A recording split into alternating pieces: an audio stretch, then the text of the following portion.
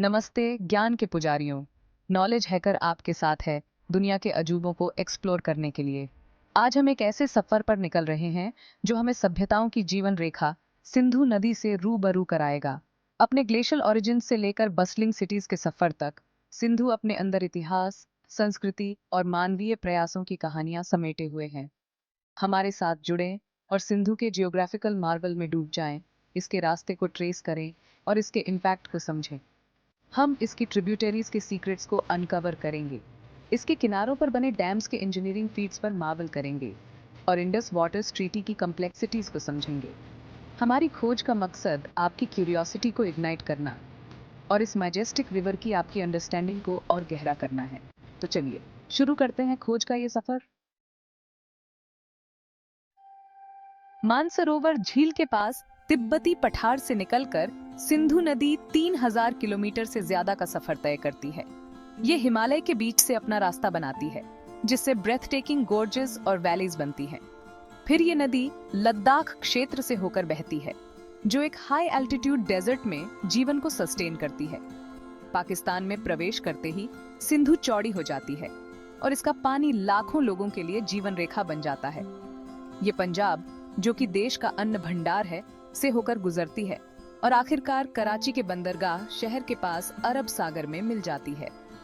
सिंधु नदी बेसिन बहुत विशाल है, जो भारत, पाकिस्तान, चीन और अफगानिस्तान के कुछ हिस्सों तक फैला हुआ है। इसके फर्टाइल मैदानों ने सदियों से सभ्यताओं को पाला है और अपने पीछे इतिहास और संस्कृति की एक समृद्ध विरासत छोड़ी है।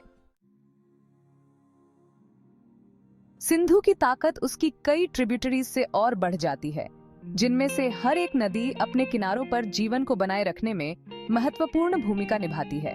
झेलम, चेनाब, रावी, ब्यास और सतलुज नदियां, जिन्हें पंजाब की नदियां कहा जाता है, सिंधु में मिल जाती हैं और इसके प्रवाह में योगदान देती हैं। ये ट्रिब्यूटरीज न केवल पानी बल्कि प्राचीन शहरों और राज्यों की कहानियां भी लेकर आती हैं। उदाहरण के लिए झेलम श्रीनगर से होकर बहती है, जो शहर अपनी सुंदरता और ऐतिहासिक महत्व के लिए जाना जाता है।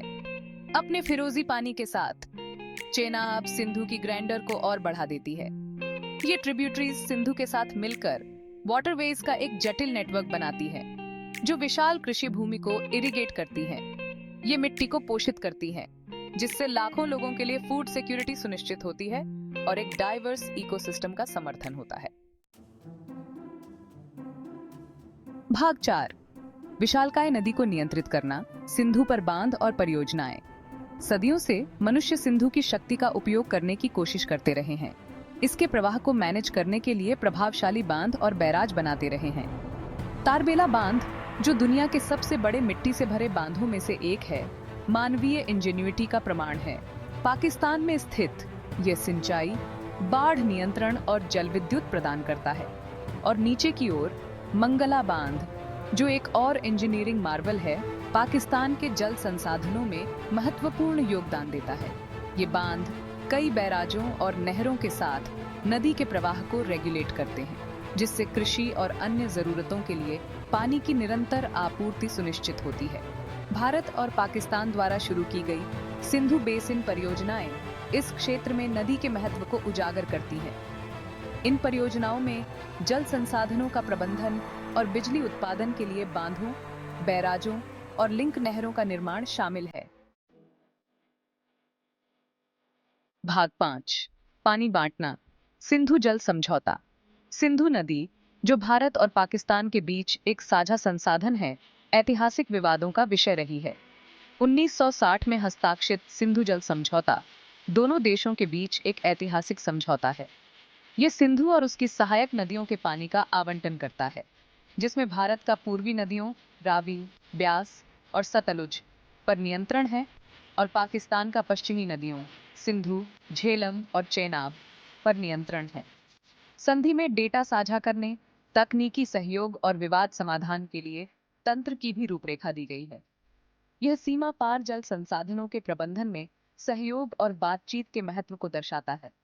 सिंधु जल समझौता अपनी चुनौतियों के बावजूद पानी के विवादों को सुलझाने के लिए एक मॉडल के रूप में कार्य करता है।